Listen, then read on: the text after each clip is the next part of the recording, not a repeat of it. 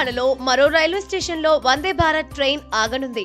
Mancherial railway స్టేషన్లో సికింద్రాబాద్ నాగ్పూర్ వందే భారత్ రైలుకు halting సౌకర్యం అందుబాటులోకి వచ్చింది.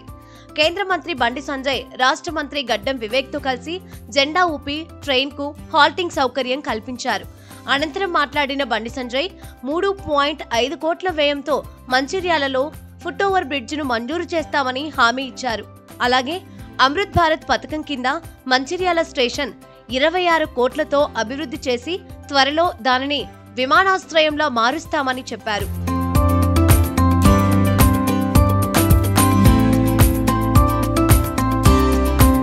వందే భారత్ ఒక నూతన అధ్యయనాన్ని సృష్టించిందని అన్నారు. 2019లో మొదటి వందే భారత్ రైలు ప్రారంభం కాగా ఇప్పుడు దేశవ్యాప్తంగా 150 వందే భారత్ రైళ్లు నడుస్తున్నాయని పేర్కొన్నారు.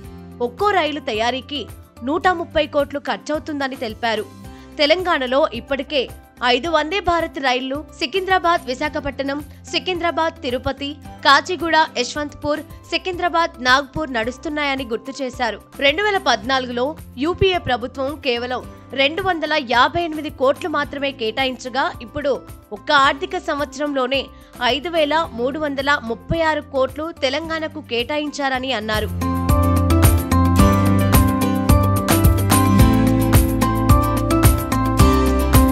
తెలంగాణలో మొత్తం 40 రైల్వే ప్రాజెక్టులు వివిధ దశల్లో ఉన్నాయని, వీటి నిర్మాణం కోసం 80,000 కోట్లకు పైగా ఖర్చు చేయనున్నామని తెలిపారు.